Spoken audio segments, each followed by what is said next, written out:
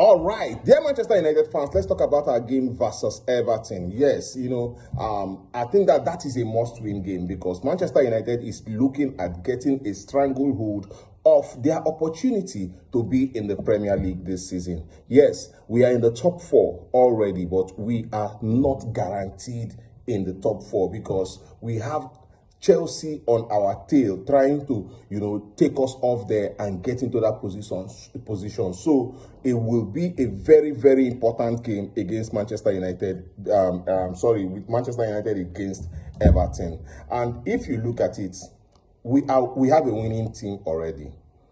My suggestion in the past was about bringing in Benjamin Sesko, but then you would not want to disrupt something that is working. Benjamin Sesko comes in into the game at the time he comes in and gets us a goal. In the past, we've seen players like Javier Hernandez do that. He is a striker, a formidable one at that. But whenever you start him, he does not have the same impact that he usually have when he comes from the bench. Alex Ferguson noticed this and prefer to bring Javier Hernandez from the bench. And whenever he comes in, he gets Manchester United goals, right? We have seen also that in Ole Gunnar Solskjaer, when he was Manchester United striker.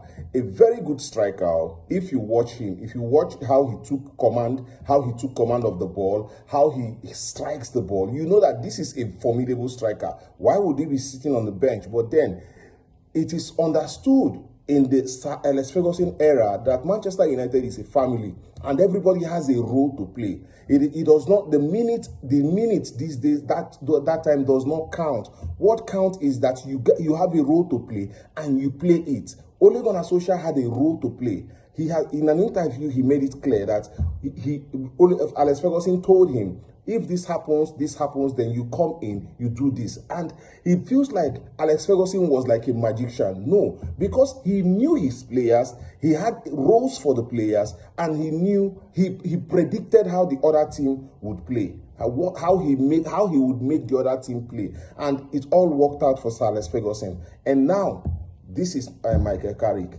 a student of Sir Alex Ferguson, a student of possession-based football. Manchester United will be looking at getting the ball and going against Everton. And Everton, with their own self, I know would probably want to sit back, soak up pressure, and then hit on the brake, right? This is where I thought that Benjamin Sesko would have been very instrumental. The reason why I thought that Benjamin Sesko would have been very instrumental is that we are going against a very tall defensive line. And Mbeumo is not in that height. One thing is clear, Mbeumo has played as a false nine, and many times I've seen him win duels. I've seen the balls get the long balls from Sani Lamens or Harry Maguire gets to him. But when we look at how Manchester United play, trying to play out from the back, using Lisandro Martinez as a decoy in that midfield area, and which gives allowance to Casemiro to actually go a little bit up further. If you see the goal against Tottenham that Matheus Cunha scored, right? Was it Tottenham? Yeah, against Tottenham that Matheus Cunha scored. You will see where Casemiro was.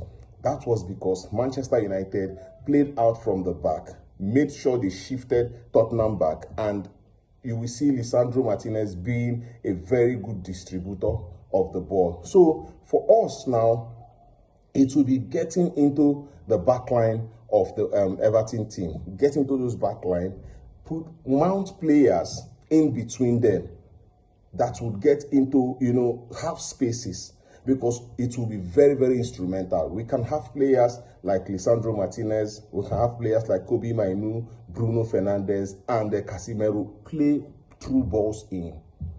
Because if we look at it, once they mount that defense, we are going to be in this circle. And yet we are going to create a half circle.